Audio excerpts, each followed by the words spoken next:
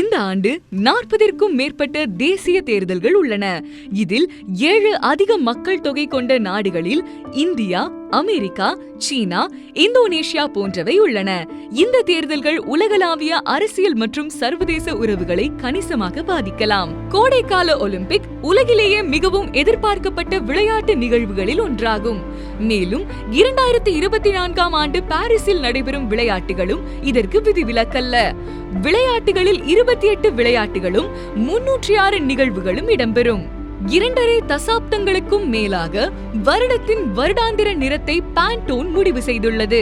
The brand's group of colour analyst வரவிருக்கும் ஆண்டை குறிக்கும் நிழலை தேர்ந்தெடுக்கிறது. மேலும் 2024 என்பது பீச் ஃபஸ் நிறமாகும்.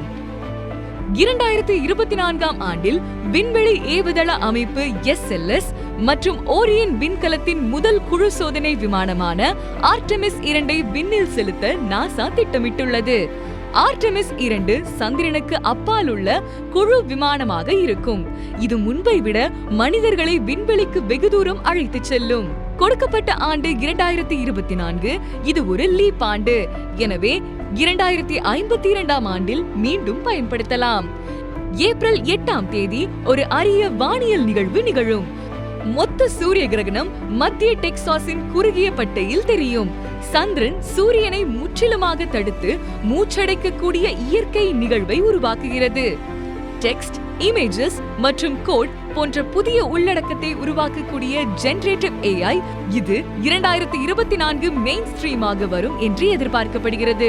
Personalised marketing campaigns to creating realistic special effects in movies உருவாக்குவது வரை அனைத்திலும் இது பயன்படுத்துவதை பார்ப்போம். சைபர் தாக்குதல்கள் எல்லா நேரத்திலும் அதிநவீனமாகி வருகின்றன. ஆனால் நமது பாதுகாப்புகளும் அப்படித்தான். 2024ஆம் ஆண்டில் புதிய அச்சுறுத்தல்களை கற்று நிகழ்நேரத்தில் மாற்றியமைக்கக்கூடிய கூடுதல் AI இயங்கும் இணைய பாதுகாப்பு தீர்வுகளை காண்போம்.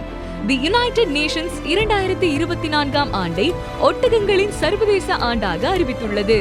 உலகம் முழுவதும் உள்ள மக்களின் வாழ்வில் ஒட்டகங்களின் முக்கியத்துவத்தை எடுத்துரைக்கும் வகையில் இந்த முடிவு எடுக்கப்பட்டுள்ளது.